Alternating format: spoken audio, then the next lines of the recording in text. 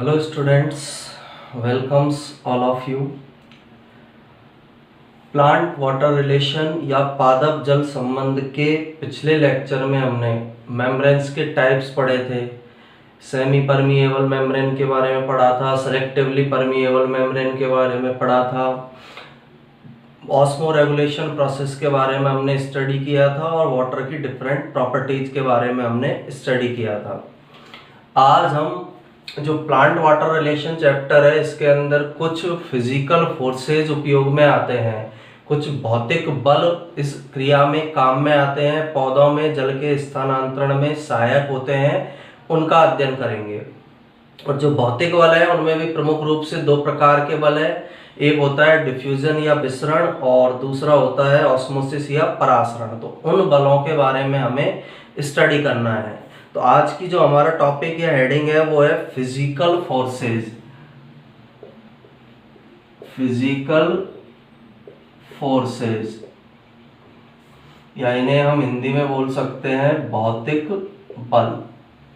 यानी पौधों के अंदर किस प्रकार के फिजिकल फोर्सेस पाए जा रहे हैं, उन फिजिकल फोर्सेस की हमें स्टडी करनी है।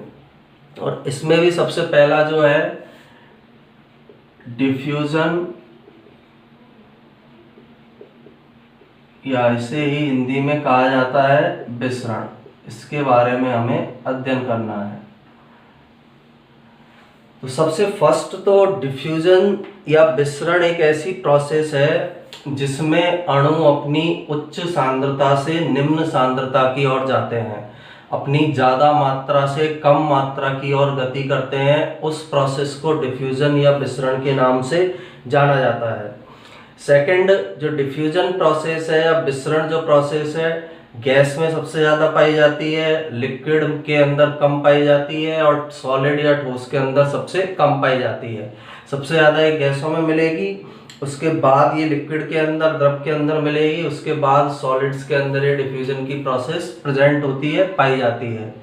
तीसरा, एक पैसिव क्रिया होती है, यानी इसके अंदर किसी प्रकार की एनर्जी की आवश्यकता नहीं होती है, कोई भी एनर्जी का यूज इसके अंदर नहीं किया जाएगा।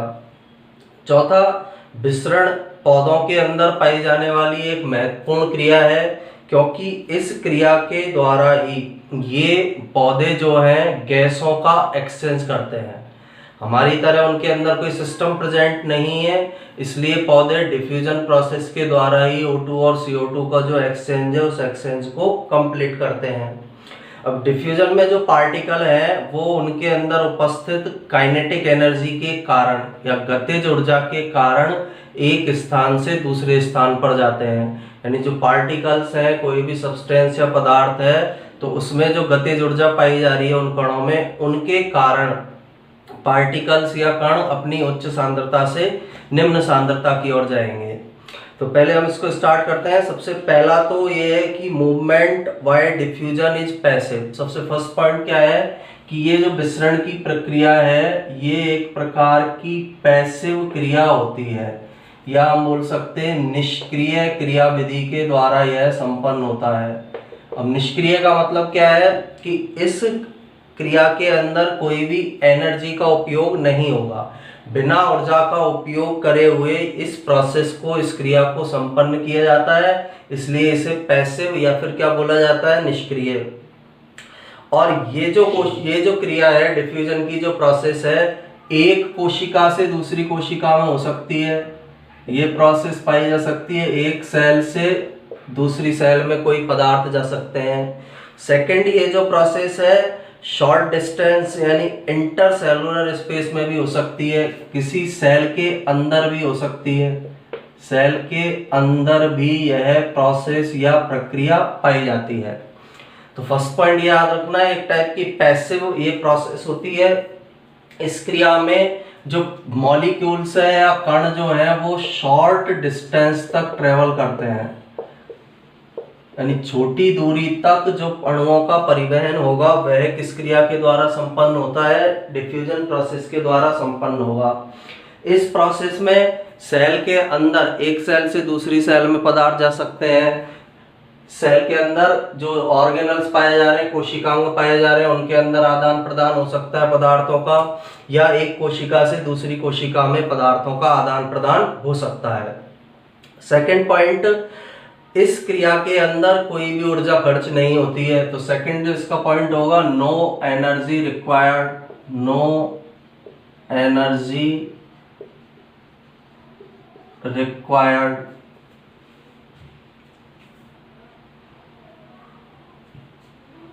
नो एनर्जी रिक्वायर्ड, यानी इस क्रिया में ऊर्जा की आवश्यकता नहीं होती है। यह क्रिया बिना ऊर्जा के संपन्न होगी, ऊर्जा को खर्च किए बिना यह प्रोसेस संपन्न होती है। कोई एटीपी का उपयोग इसके अंदर नहीं होगा, बिना ऊर्जा के उपयोग के इस क्रिया को संपन्न किया जाता है। थर्ड, डिफ्यूजन की जो प्रोसेस है उसके अंदर मॉलिक्यूल्स अपने हायर कंसंट्रेशन से लोअर कंसंट्रेशन की ओर जाते हैं। इसमें जो मॉलिक्यूल्स हैं, मॉलिक्यूल्स अपनी हाई कंसंट्रेशन से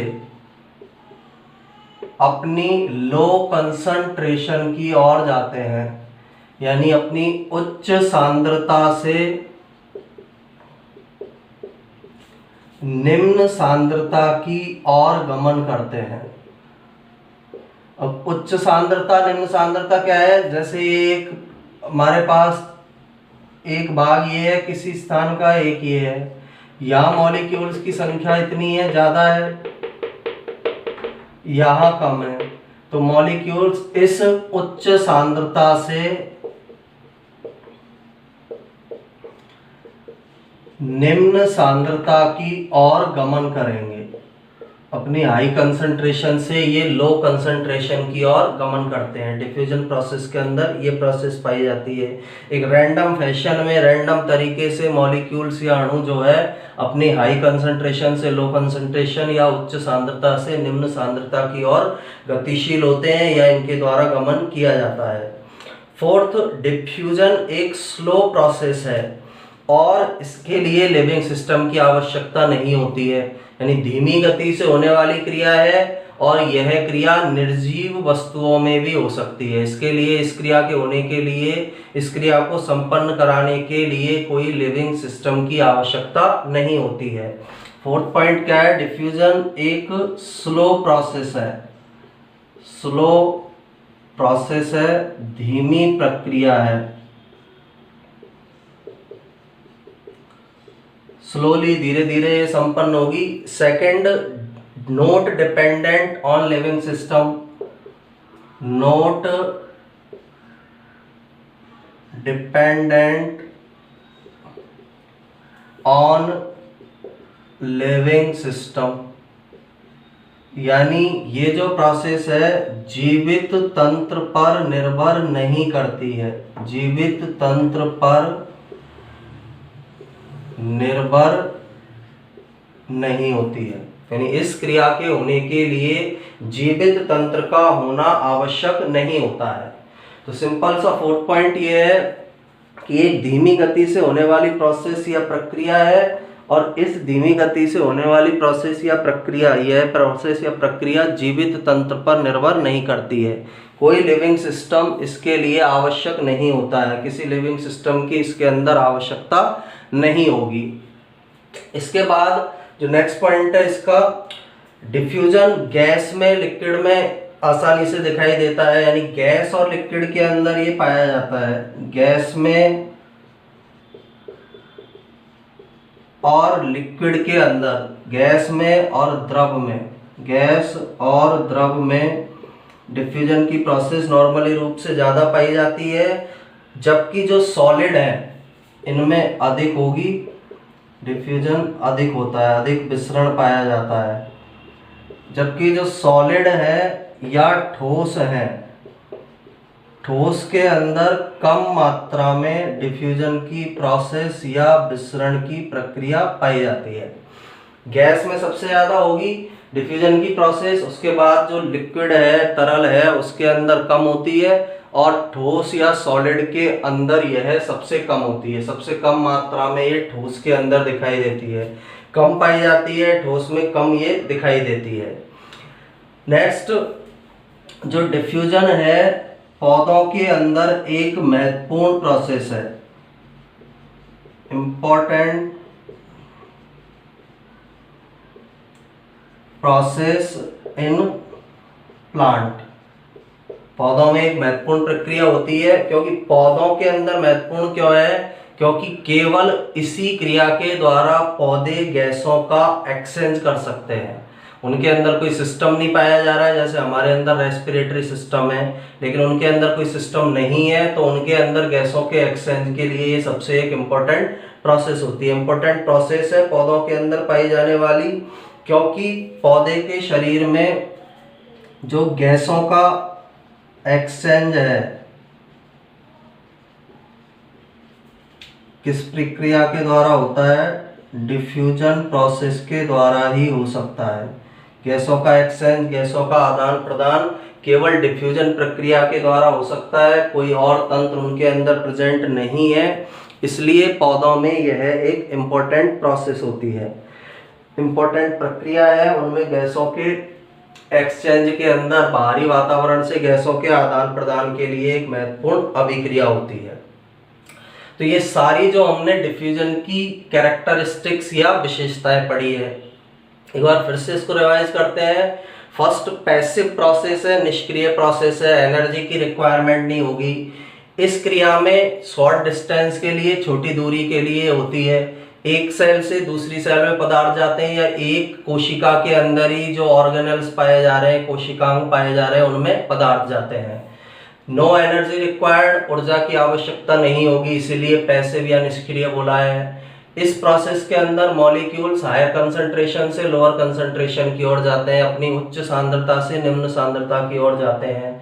धीमी प्रक्रिया है, जीवित तंत्र की इसको आवश्यकता नहीं होती है। निर्जीव जो वातावरण है, एनवायरमेंट है, निर्जीव भागों में भी ये संपन्न हो सकती है। गैस और लिक्विड में अधिक डिफ्यूजन मिलता है, सॉलिड के अंदर या ठोस के अंदर कम डिफ्यूजन पाया जाता है। इंपॉर्टेंट प्रोसेस है प्लांट के अंदर, क्योंकि पौधों में गैसों का एक्सचेंज इस क्रिया द्वारा होता है। पौधों के अंदर कोई सिस्टम नहीं पाया जा रहा है, तो गैसों का जो आदान प्रदान पौधे करेंगे वो डिफ्यूजन के द्वारा संपन्न करते हैं, इसलिए पौधों के अंदर ये सबसे अधिक इंपॉर्टेंट प्रोसेस होती है। इसके बाद जो डिफ्यूजन है उसकी दर कुछ कारकों पर निर्भर करती है। नेक्स्ट इनकी यदि हम कैरेक्टरिस्टिक्स पढ़ें,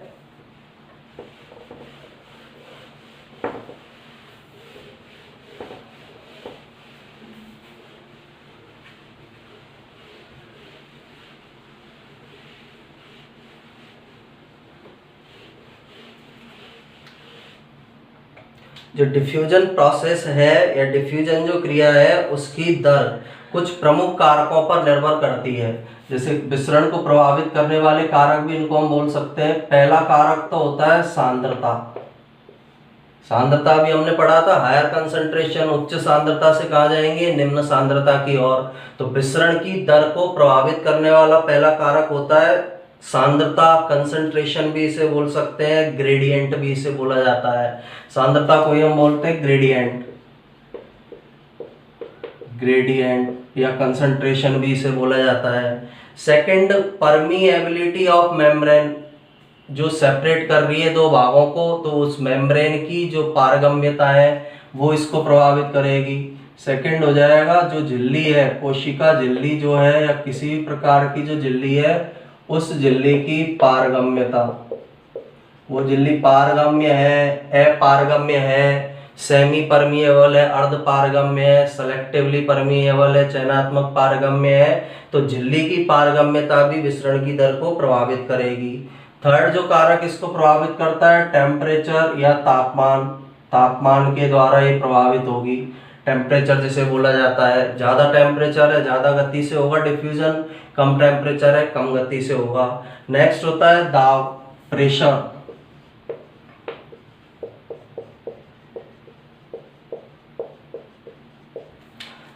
तो ये चार कारक हैं जो एटमॉस्फेयर का दाब है या उस जगह का जो दाब है वो भी डिफ्यूजन की दर को प्रभावित करेगा। तो ये मेन प्रोसेसेस हैं जो डिफ्यूजन की दर को प्रभावित करती है। फर्स्ट सांद्रता, डिफ्यूजिट जो विसरित होने वाला पदार्थ है उसकी सांद्रता किस प्रकार की है, उससे डिफ्यूजन या विसरण की दर प्रभावित होगी। सेकंड, जो झिल्ली जो है, जिस झिल्ली के थ्रू इनका ट्रांसपोर्टेशन हो रहा है या विसरण में अणु जा रहे हैं, मॉलिक्यूल जा रहे हैं, उसकी पारगम्यता विसरण की दर को प्रभावित करती है। थर्ड, टेम्परेचर या तापमान, अधिक तापमान पर ज़्यादा होगा विसरण, कम तापमान पर कम होगा। इसी तरह दाब या प्रेशर जो है वो भी विसरण को या डिफ्यूजन की दर को प्रभावित करने का कार्य करता है। इसके बाद डिफ्यूजन के अंदर क्या होता है, आयंस और पार्टिकल्स एक सब्सटेंस के अपनी हायर कंसंट्रेशन से लोअर कंसंट्रेशन के क्षेत्र में जा रहे हैं। और जाते क्यों हैं, मॉलिक्यूल्स की जो गति है डिफ्यूजन के अंदर, जो मॉलिक्यूल्स हैं या आयंस जो है वो हमें पता है, अभी हमने ऊपर पढ़ा था कि ये अपनी उच्च सांद्रता से किधर जाते हैं, निम्न सांद्रता की ओर जाते हैं। तो उच्च सांद्रता से निम्न सांद्रता की ओर जो गति हो रही है, मूवमेंट हो रहा है, वो किसके कारण होता है, random kinetic motion of particles. Random kinetic motion of particles के कारण। इसका मतलब क्या है, जो पार्टिकल्स या कण जो है उनकी गतिज ऊर्जा के कारण, यानी कोई भी मॉलिक्यूल, आयन या सब्सटेंस जो है, या पार्टिकल्स भी इनको हम बोल सकते हैं, पार्टिकल्स कण जो हैं वो अपनी हायर कंसंट्रेशन से लोअर कंसंट्रेशन की ओर जाते हैं। किस कारण से जाते हैं, उन पार्टिकल्स या कण के अंदर गतिज ऊर्जा पाई जा रही है, रैंडम काइनेटिक मोशन पाया जा रहा है, और उस रैंडम काइनेटिक मोशन के पार्टिकल्स के कारण ये अपनी उच्च सांद्रता से निम्न सांद्रता की ओर गति करते हैं। तो सिंपल सा याद रखना, उनके अंदर गतिज ऊर्जा उपस्थित है, गतिज ऊर्जा के कारण वो गति करेंगे, इसलिए अपनी उच्च सांद्रता से वो निम्न सांद्रता की ओर जाते हैं। और डिफ्यूजन एक प्रकार का इस प्रकार का गुण है जिसमें कोई सबस्ट्रेट, कोई पदार्थ अपने पार्टिकल्स को माध्यम में समान रूप से वितरित करना चाहता है। यानी एक इस प्रकार का गुण है ये डिफ्यूजन, जिसके अंदर कोई भी सबस्ट्रेट या पदार्थ अपने पार्टिकल्स को या कणों को माध्यम में समान रूप से वितरित करना चाहता है, समान रूप से वितरित करता है। इसलिए ये प्रोसेस हो रही है कि कोई भी सबस्ट्रेट या पदार्थ जो है, पार्टिकल्स जो है, वो अपने जो कण है उनको उस मीडियम में, उस पर्टिकुलर मीडियम या माध्यम के अंदर समान रूप से वितरित करना चाहता है। इसलिए ये डिफ्यूजन की प्रोसेस संपन्न होती है। एक जगह ज्यादा पार्टिकल्स है किसी मीडियम में, दूसरी जगह कम पार्टिकल्स है, तो फिर ये क्या करता है, जो सबस्ट्रेट है उन सब पार्टिकल्स को पूरे उस मीडियम के अंदर समान रूप से वितरित करना चाहता है। इसलिए डिफ्यूजन की जो प्रोसेस है या प्रक्रिया जो है वो संपन्न होगी। इसके बाद जो डिफ्यूजन या विसरण है, ऊष्मागतिकी के सेकंड नियम का पालन करता है। अब सेकंड नियम क्या होता है ऊष्मागतिकी का, कि मॉलिक्यूल्स अपने हाई फ्री एनर्जी से, उच्च मुक्त ऊर्जा से लो फ्री एनर्जी तक जाते हैं। यानी जो थर्मोडायनामिक्स का ऊष्मागतिकी का सेकंड नियम है, जो भी मॉलिक्यूल्स या अणु है अपने उच्च ऊर्जा वाले क्षेत्र से निम्न ऊर्जा वाले क्षेत्र, उच्च मुक्त ऊर्जा वाले क्षेत्र से निम्न मुक्त ऊर्जा वाले क्षेत्र की ओर जाते हैं। फ्री एनर्जी या मुक्त ऊर्जा का मतलब क्या है, किसी भी जो पार्टिकल्स है, या फ्री एनर्जी का कॉन्सेप्ट क्या कहता है कि किसी भी पार्टिकल पर एक निश्चित तापमान पर किसी भी पार्टिकल में उपस्थित ऐसी एनर्जी जिसे ऊर्जा में बदला जा सके, किसी भी वस्तु में पाई जाने वाली ऐसी एनर्जी एक निश्चित तापमान पर जिसे कार्य के अंदर चेंज किया जा सके, उसे फ्री एनर्जी या मुक्त ऊर्जा कहते हैं। और ऊष्मागतिकी के सेकंड नियम के अनुसार जो पदार्थ के अणु है या मॉलिक्यूल्स जो है अपनी उच्च मुक्त ऊर्जा वाले क्षेत्र से निम्न मुक्त ऊर्जा वाले क्षेत्र की ओर जाते हैं। इसलिए कहा जाता है कि डिफ्यूजन जो है ऊष्मागतिकी के सेकंड नियम का पालन करता है। तो नेक्स्ट पॉइंट इसका क्या है हमारा, कि जो विसरण है, विसरण ऊष्मागतिकी के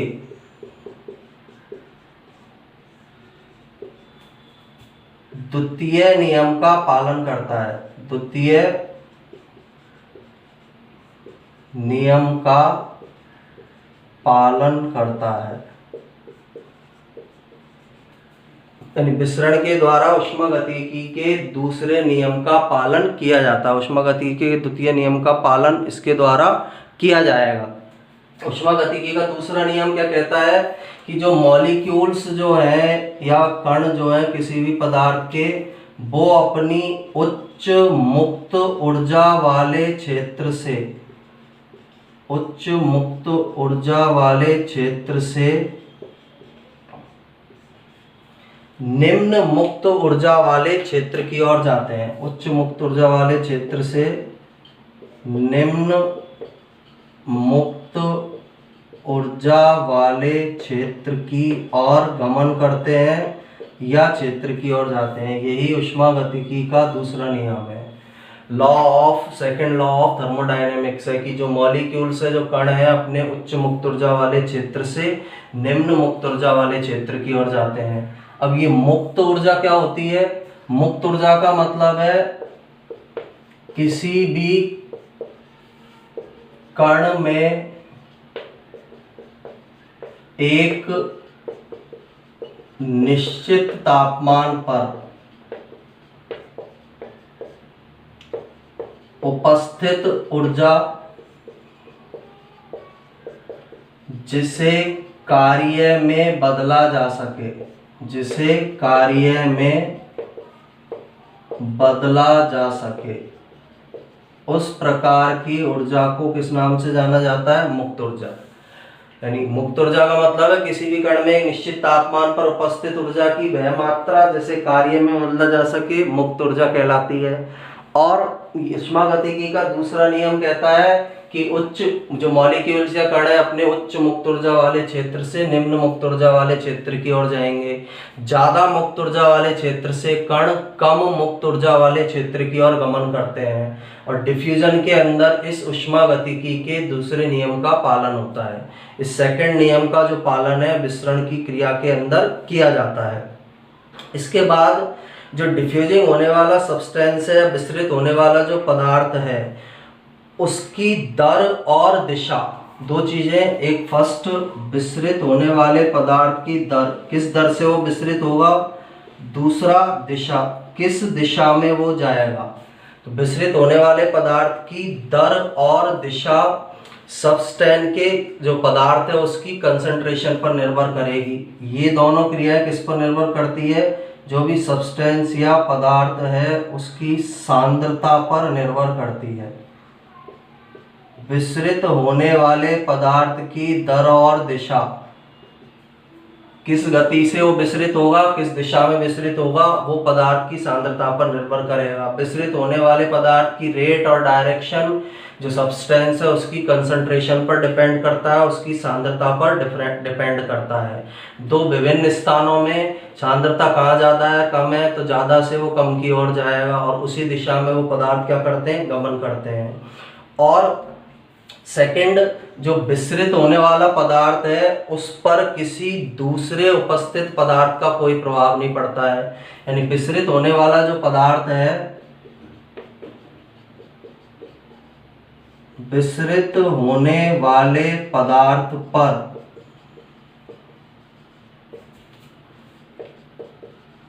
दूसरे पदार्थ की उपस्थिति का प्रभाव नहीं पड़ता है। दूसरे पदार्थ की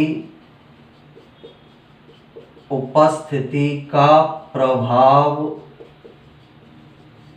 नहीं पड़ता है। जैसे अभी हम एक एग्जाम्पल पढ़ेंगे, एक ऑक्सीजन वाला और एक CO2 वाला, तो ऑक्सीजन का डिफ्यूजन अलग होगा, CO2 का अलग होगा। ऑक्सीजन CO2 हमारे लंग्स के अंदर एक साथ प्रेजेंट होती है, लेकिन वो एक दूसरे को प्रभावित नहीं करेंगे। सीधा सा मतलब इसका ये है कि कोई दूसरा पदार्थ यदि उपस्थित है तो वह पदार्थ उस पहले वाले पदार्थ के विसरण पर कोई प्रभाव नहीं डालता है। तो विसरित होने वाले पदार्थ पर किसी दूसरे पदार्थ की उपस्थिति का प्रभाव नहीं पड़ेगा, वह इंडिपेंडेंट रूप से या स्वतंत्र रूप से विसरित होता रहता है, स्वतंत्र रूप से उसका विसरण होगा। सिंपल वे में दूसरा जो पदार्थ पाया जा रहा है उसकी उपस्थिति का उस पर प्रभाव नहीं पड़ेगा। तो दर और दिशा पदार्थ की सांद्रता पर निर्भर करेगी, किस रेट से विसरण होगा पदार्थ सांद्रता पर निर्भर करेगा, किस दिशा में विसरण होगा वो पदार्थ की सांद्रता पर निर्भर करेगा। और विसरित होने वाले पदार्थ पर कोई भी दूसरा पदार्थ यदि उपस्थित है तो उसकी उपस्थिति का कोई भी इफेक्ट या प्रभाव उस पर नहीं पड़ता है। जैसे इसका एग्जाम्पल, हमारे जो शरीर है उसके अंदर गैसों का जो एक्सचेंज है, गैसों का विनिमय जो शरीर के अंदर हमारे शरीर में हो रहा है, कहाँ पर होता है? फेफड़ों में। वो डिफ्यूजन या विसरण के द्वारा ही होता है। तो यहाँ पर O2 भी प्रेजेंट है, CO2 भी प्रेजेंट है, लेकिन O2 का विसरण अलग होगा, CO2 का अलग होगा। ऑक्सीजन का डिफ्यूजन अलग होगा, CO2 या कार्बन डाइऑक्साइड का डिफ्यूजन अलग होगा। CO2 की प्रेजेंस का O2 के विसरण पर प्रभाव नहीं पड़ेगा, O2 की प्रेजेंस का CO2 के विसरण के ऊपर प्रभाव नहीं पड़ेगा। तो जो पदार्थ जो विसरित हो रहा है उस पर किसी दूसरे पदार्थ की उपस्थिति का कोई भी प्रभाव नहीं पड़ता है। ये डिफ्यूजन के अंदर पाई जाने वाली प्रॉपर्टीज है। बहुत सारी जो गैसें हैं, लिक्विड हैं, सॉल्यूट्स जो होते हैं, विलयन के अंदर जो घुले होते हैं विलेय, वो साइमल्टेनियसली डिफरेंट रेट से क्या होते हैं? डिफ्यूज होते हैं, यानी अलग अलग। द्रव अलग गति से होगा, सॉलिड कोई पार्ट है वो अलग गति से विसरित होगा, गैस वाला जो पार्ट है वो अलग गति से उसके अंदर क्या पाया जाता है? विसरण पाया जाता है। और अलग अलग दर से एक साथ वो एक स्थान से दूसरे स्थान पर विसरित हो सकते हैं, और तीनों ही एक दूसरे को प्रभावित नहीं करेंगे। जैसे एक मीडियम के अंदर हमारे पास कोई माध्यम है और माध्यम के अंदर हमारे पास तीन तरह के पदार्थ उपस्थित हैं। सॉलिड भी उपस्थित है, ठोस पदार्थ भी जैसे गैस उपस्थित है उस माध्यम में, गैस के साथ लिक्विड उपस्थित है, तरल पदार्थ उसके अंदर पाया जा रहा है, और उसके साथ साथ सॉल्यूट्स पाए जा रहे हैं। सॉल्यूट्स विलेय पाए जा रहे हैं, द्रव पाया जा रहा है, विलेय पाए जा रहे हैं, गैस पाई जा रही है, एक साथ किसी स्थान पर है। तो इनका विसरण, सबका विसरण जो है अलग अलग दर से तथा एक दूसरे से स्वतंत्र रूप में होता है। अलग अलग दर से इनका विसरण होगा और एक दूसरे से स्वतंत्र रूप से गैसों का, लिक्विड का या सॉल्यूट का विसरण होता है। गैस का प्रभाव जो लिक्विड है उसके विसरण पर नहीं पड़ेगा, लिक्विड का प्रभाव जो सॉल्यूट है या विलेय जो है उसके विसरण पर नहीं पड़ता है। एक मीडियम में तीनों चीजें उपस्थित है, गैस ज्यादा दर से विसरित होगी, तरल उससे कम दर से विसरित होगा, सॉल्यूट सबसे कम दर से विसरित होंगे, एक ही दिशा में स्वतंत्र रूप से विसरित हो सकते हैं। तो सिंपल सा मीनिंग ये याद रखना है, एक दूसरे को प्रभावित किए बिना ये सभी पदार्थ विसरित होंगे। एक पदार्थ की उपस्थिति का दूसरे पदार्थ के विसरण पर कोई भी प्रभाव नहीं पड़ता है।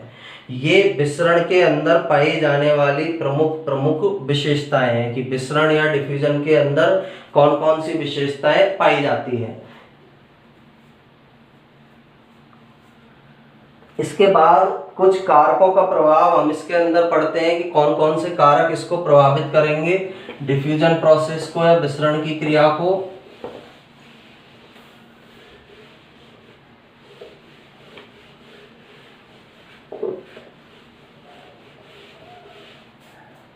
डिफ्यूजन की जो प्रोसेस है उसको कौन कौन से मेन कारक, टेम्परेचर का इस पर क्या प्रभाव पड़ता है, तापमान बढ़ने पर कैसे होगा, सांद्रता का क्या प्रभाव पड़ेगा, उसके बारे में हमें आगे इसमें स्टडी करना है। तो इसमें सबसे पहला जो हमारा फैक्टर या कारक है, जैसे टेम्परेचर या तापमान, टेम्परेचर या तापमान जो होता है, टेम्परेचर का प्रभाव क्या पड़ेगा? हाई टेम्परेचर यदि है, हाई टेम्परेचर पाया जा रहा है तो डिफ्यूजन फास्ट होगा। यानी तापमान अधिक है तो डिफ्यूजन की जो प्रोसेस या प्रक्रिया है वह तेज गति से संपन्न होती है। यह तापमान का पड़ने वाला प्रभाव है। टेम्परेचर ज्यादा है, हाई है, हाई टेम्परेचर पर डिफ्यूजन फास्ट होगा। इसी का अपोजिट कम तापमान है तो डिफ्यूजन कैसा हो जाता है? स्लो हो जाता है। सेकंड है सरफेस एरिया। जो सतह का जो क्षेत्रफल है, जिस सतह से जो डिफ्यूजन हो रहा है, इसको बोल सकते हैं हम सतह का क्षेत्रफल, सरफेस एरिया। तो हाई जो सरफेस एरिया होगा, लार्ज सरफेस एरिया होगा तो डिफ्यूजन फास्ट होगा। लार्ज यदि सरफेस एरिया होता है, ज्यादा क्षेत्र है, तो डिफ्यूजन या विसरण की दर कैसी होती है? तेज गति से। ज्यादा क्षेत्र है डिफ्यूजन के लिए तो ज्यादा होगा डिफ्यूजन। कम क्षेत्र पाया जा रहा है, सतह का क्षेत्रफल कम है, तो डिफ्यूजन धीमी गति से होगा। तीसरा है कंसंट्रेशन ग्रेडियंट।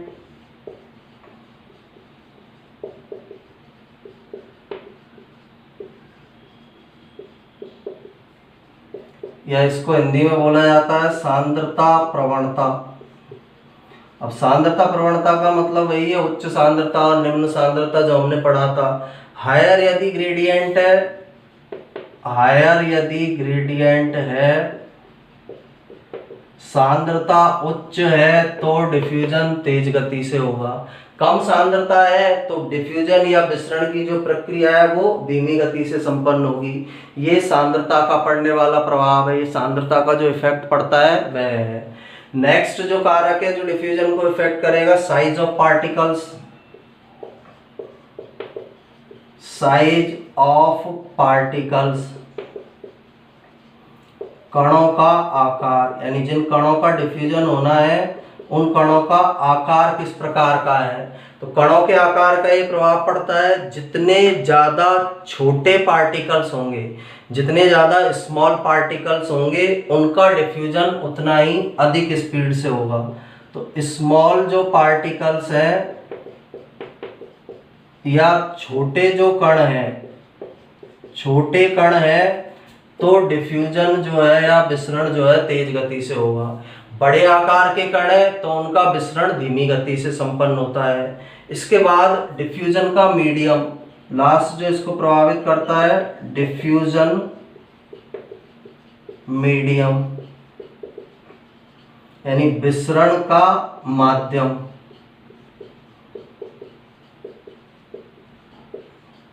अब माध्यम में तीन प्रकार के माध्यम हो सकते हैं, एक सॉलिड, एक लिक्विड और एक गैस। विसरण सॉलिड में हो सकता है, लिक्विड के अंदर हो सकता है और गैसों के अंदर हो सकता है। तो सॉलिड, यदि सॉलिड, तीन प्रकार के मीडियम है, सॉलिड, लिक्विड और गैस, ठोस, द्रव और गैस। सॉलिड जो पार्टिकल्स, सॉलिड यदि मीडियम है, विसरण का माध्यम ठोस है, तो स्लोएस्ट डिफ्यूजन होगा,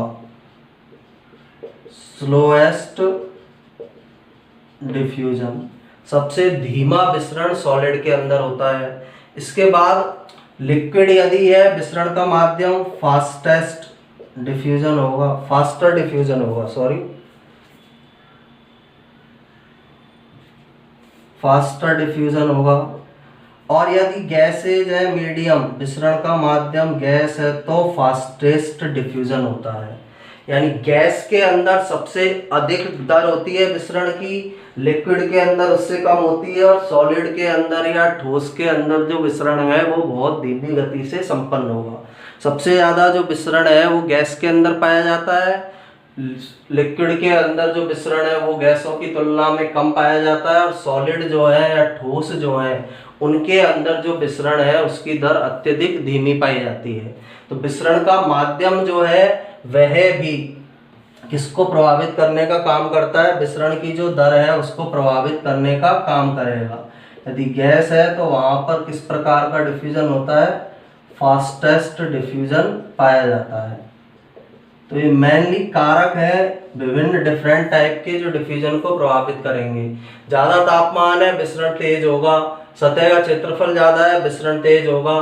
सांद्रता प्रवणता ज़्यादा है तो विसरण तेज होगा। कणों का आकार जितने ज़्यादा छोटे कण होंगे, डिफ्यूजन उनका तेज होगा। माध्यम मिश्रण का ठोस है, धीमी गति से विसरण होगा। द्रव के अंदर उससे थोड़ा तेज गति से होगा। और सबसे ज़्यादा तेज गति से जो डिफ्यूजन है या विसरण है गैसों के अंदर संपन्न होता है। तो ये डिफ्यूजन को या विसरण को प्रभावित करने वाले कारक होते हैं। तापमान, सतह का क्षेत्रफल, सांद्रता प्रवणता, कणों का आकार और विसरण का माध्यम, ये कुछ फैक्टर्स हैं जिनके द्वारा विसरण को प्रभावित किया जाता है। अब इसके नेक्स्ट लेक्चर में हम इन्हीं जो कारक जो हमने पढ़े हैं, temperature, surface area, concentration gradient, कणों का आकार, विसरण का माध्यम, इन्हीं के बारे में डिटेल में स्टडी करेंगे। Thank you.